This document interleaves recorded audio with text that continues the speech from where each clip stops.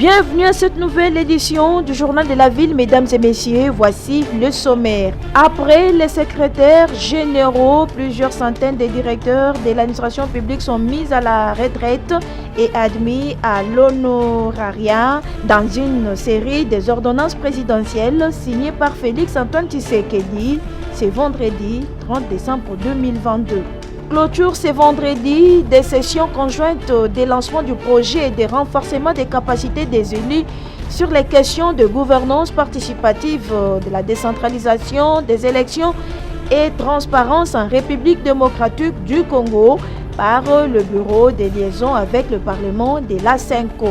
Des travaux qui se sont clôturés sur une note de satisfaction. C'est tout pour les sommaires, mesdames et messieurs. Encore une fois, bienvenue dans ce journal. Prêchant par l'exemple, Adine Dor Omokoko, membre de la plénière de la Commission électorale nationale indépendante, s'est enrôlé au lycée Mama Djankeba dans la commune de Limete. Dans le cadre des suivis et contrôles des opérations électorales, Adine Dor Omokoko a suivi la procédure exigée pour obtenir sa carte d'électeur. L'identification, la capture et la délivrance de la carte. À cette occasion, elle a sensibilisé la population à s'enrôler massivement afin de pouvoir voter. Nous invitons la population à venir nombreux et se faire enrôler pour que les élections de 2023 se réalisent en bonne et due forme. Oui, le management est en train de s'y atteler et déjà dans tous les cycles précédents, nous avons toujours eu ce que nous appelons les contrôleurs techniques territoriaux, donc les CTT, qui font la ronde pour venir apporter leur coup de pouce auprès de nos OPS ici pour que les machines, c'est vrai que c'est des choses faites des mains d'hommes, la technique a ses caprices et donc ils sont là pour arriver à parer à certaines difficultés. Étant cadre de cette institution d'appui à la démocratie, Adine Dor Omokoko a profité de l'occasion pour se rassurer du bon déroulement de l'enrôlement et répondre aux préoccupations de la population, notamment la question de la photo qui est floue. Ce qu'il faut noter est que la machine a une imprimante incorporée et c'est une imprimante thermique. Les imprimantes thermiques ne peuvent imprimer qu'en noir et blanc, d'où vous constatez que les photos apparaissent comme si on a été dessiné. Et ça n'a aucun impact négatif par rapport à la suite du processus. Native des monts Amba, Adine Dor Omokoko a fait la ronde dans quelques centres de Limete et Lemba pour se rassurer du déroulement.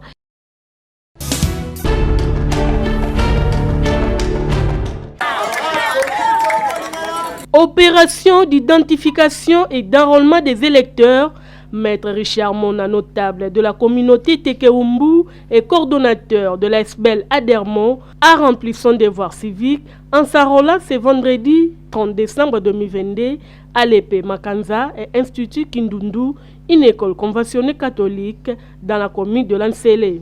Devant le service de la Commission électorale nationale et indépendante, Maître Richard Mona a rempli toutes les conditions prévues et passé par la capture afin d'avoir sa carte.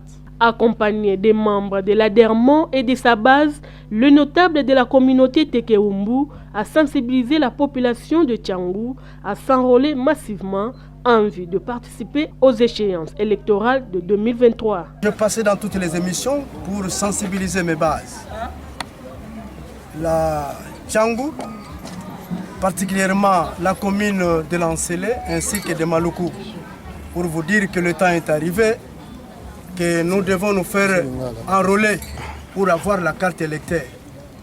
Il y a un principe sacro-saint qui dit, il y a un Français, Jean-Jacques Rousseau, qui dit « Un savant, c'est celui qui sait concilier la théorie à la pratique. » Je viens maintenant de concrétiser. J'ai maintenant ma carte d'électeur, que je peux me prétendre être électeur, je peux me prétendre être éligible, je peux me prétendre aussi être aussi un Congolais. Parce que le jour d'aujourd'hui, ça nous sert comme une carte d'électeur. Ma joie est tellement immense et débordante, celui d'avoir la carte d'électeur. L'ASBEL Adermont et son coordonnateur ne souhaitent qu'une seule chose, que les Congolais remplissent à leur tour leur devoir civique.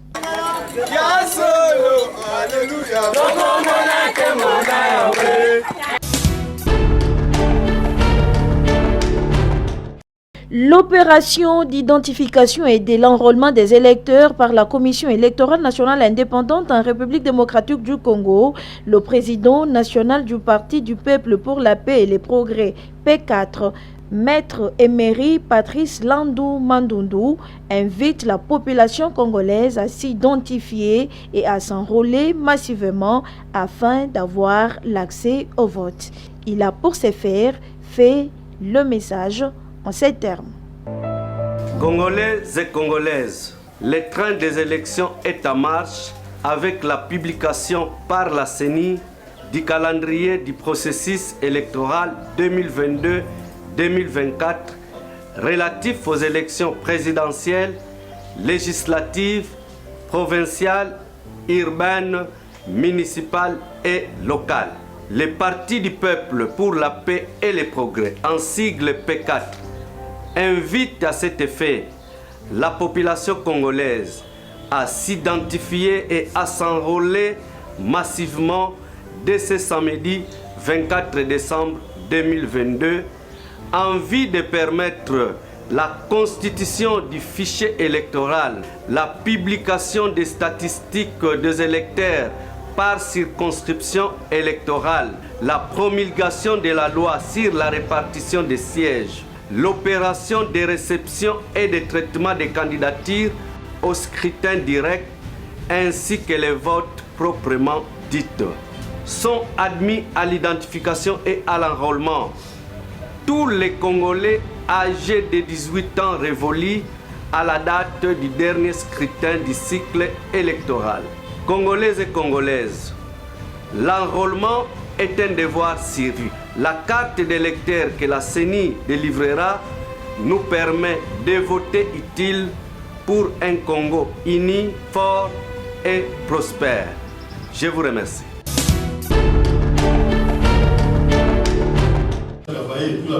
Lancé ce mercredi 28 décembre 2022 à Kinshasa au centre interdiocésain par le deuxième secrétaire général adjoint de la CENCO, les sessions conjointes de lancement du projet et de renforcement des capacités des élus sur les questions de gouvernance participative, de la décentralisation, des élections et la transparence en République démocratique du Congo se sont clôturées ce vendredi 30 décembre.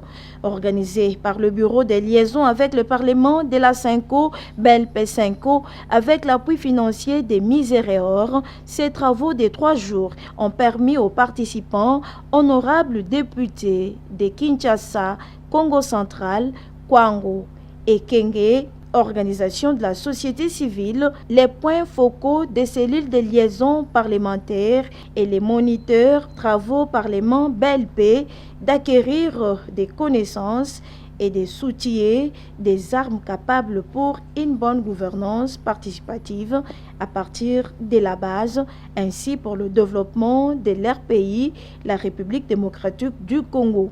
Mais comme vous le savez, les grands problèmes s'identifient derrière les esprits des animateurs. Mais nous nous imposons pour que l'incarnation de la gouvernance participative soit au grand rendez-vous et nous continuons à exhorter les politiques censés d'appliquer cette ligne de conduite de pouvoir mieux faire. Donc dans les Kwango, nous nous battons pour que cette problématique soit exécutée sans gants. Nous devons restructurer notre cellule de liaison parlementaire au niveau de Matadi. Puisque tel que nous avons appris ici, avec tout ce qu'il y a comme préalable, nous devons mettre en place notre cellule de liaison parlementaire en tenant compte des commissions qui sont sur place. Donc nous devons suivre ça en cherchant des gens compétents qui doivent nous accompagner pour que nous puissions interagir avec les parlements. Nous devons reconstituer des éléments pour les projets de 145 territoires. L'aboutissement heureux de ces travaux est un motif de satisfaction pour le BELP5 organisateur. La qualité était haute. L'engagement des élus pour faire en sorte que dans leurs assemblées provinciales ou dans l'Assemblée nationale ou le Sénat, il y ait plus d'initiatives de contrôle parlementaire afin de contribuer à l'amélioration de la gouvernance nationale comme provinciale. Les amis ont été outillés comme il se doit pour pouvoir suivre les activités parlementaires, les évaluer et en faire des rapports qui vont nous permettre de ficeler des bons dossiers de plaidoyer pour nos hiérarchies. Nous, ici, nous voyons les secrétariats généraux de la SENCO et les évêques. En initiant ces travaux, le Bureau des liaisons avec le Parlement de la SENCO compte contribuer à l'émergence d'un système politique marqué par une gestion politique transparente et décentralisée en RDC.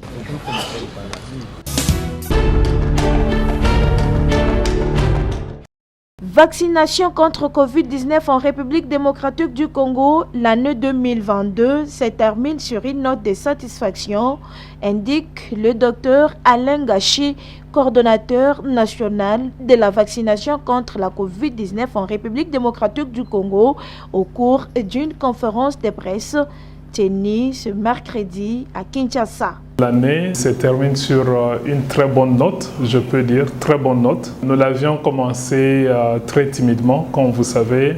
Je disais l'autre fois qu'on était encore à 879 000, je pense, en fin mars.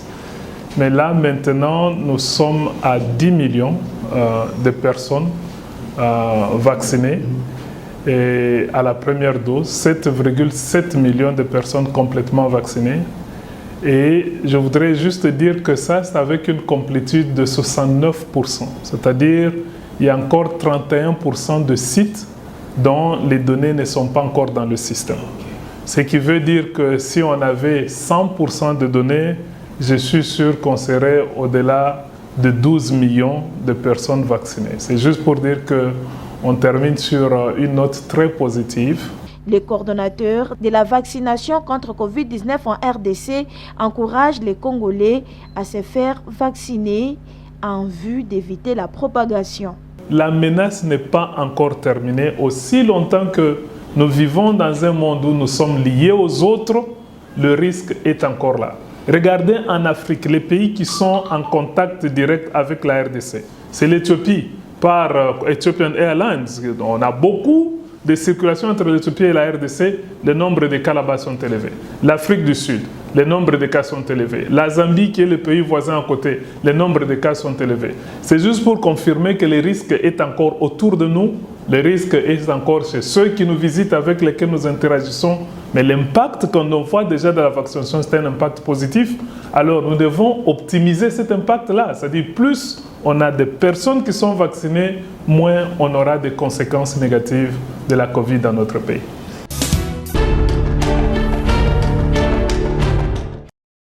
Après plus de 3 ans et demi de collaboration avec le Centre de santé Révérend Luyundu, l'ONG Médecins Sans Frontières MSF quitte officiellement cette structure. La cérémonie de cette séparation s'est déroulée au sein du Centre de santé Révérend Luyundu, 6 avenue de la Régie des Eaux, quartier Kamunganga, dans la commune de Ngalema, en présence du médecin directeur de ce centre, Adolphe, des membres MSF et de l'église ECC-CEC, des corps médicaux ainsi que la population de ces quartiers venus remercier le MSF pour l'assistance leur accordée avec la gratuité des médicaments qui les a permis de se faire dépister. Durant 3 ans et demi, le MSF a appuyé le centre Luyundu en ce qui concerne la prise en charge des malades VIH avec la formation des prestataires et la réhabilitation de plusieurs locaux.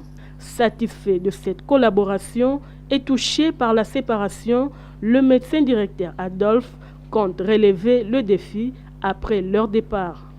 Nous disons merci vraiment à cette ONG qui nous a accompagnés pendant tout ce temps. Et le défi qui nous reste, c'est de continuer à capitaliser et surtout essayer de ne pas laisser écouler tout ce qu'ils ont laissé comme base dans la prise en charge de cette pathologie. Et nous pensons qu'avec tout ce que nous avons pu avoir comme formation, comme équipement, nous serons en mesure de relever les défis pour que la population puisse continuer à avoir des soins de qualité dans cette structure médicale. Les bénéficiaires de cet acte louable remercient le MSF d'avoir atténué leurs souffrances humaines. Merci vraiment makasi na bandeko na biso o basonaki biso nga nazalaki moto moko mingi kutu babosana déjà ezali kaka tozobongisa lobi mpenza ezalaka elobi mais lelo nakomi moto ya valeur devant famille na nga. Votre présence dans notre communauté a été un offre de soulagement pour toutes les personnes bénéficiaires de votre assistance.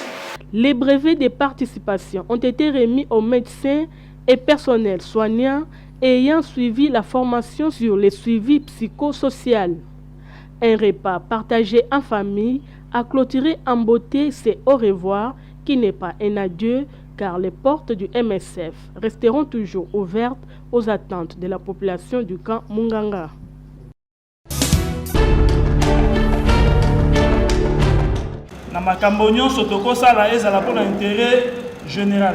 L'opération Sauvons le Congo, deuxième épisode, Maître John Bayantita, président national du mouvement de réveil de la jeunesse congolaise, MRJCO, tient mort du kiss. Les forces armées congolaises doivent être renforcées. Voilà ce qui justifie cette quatrième rencontre avec les hommes de Dieu et les cadres du parti MRJCO ce mercredi 28 décembre 2022 au Centre pour handicapés physiques. Maître John Bayantita. En tout cas, nous tenons vraiment mordicus de matérialiser notre projet qui est celui de renforcer les troupes de nos forces armées congolaises. Parce que vous êtes sans ignorer que nous sommes attaqués à l'Est, même au centre du pays. Il y avait aussi des politiciens vraiment véreux qui sont entrés aussi dans cette danse de trahison.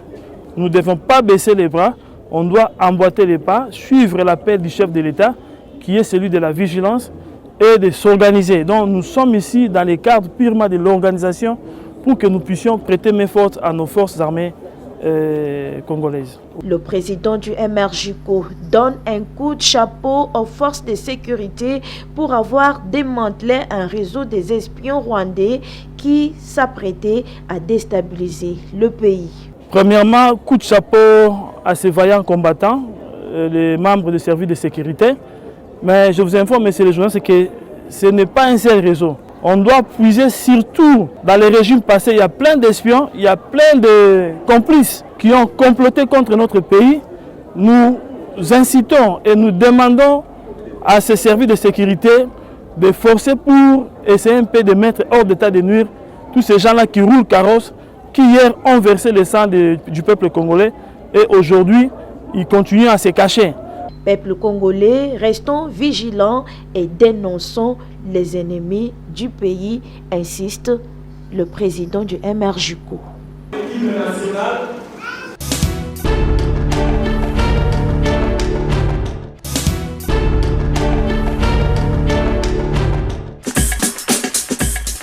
Nous sommes arrivés à la fin de ce journal de la ville, mesdames et messieurs.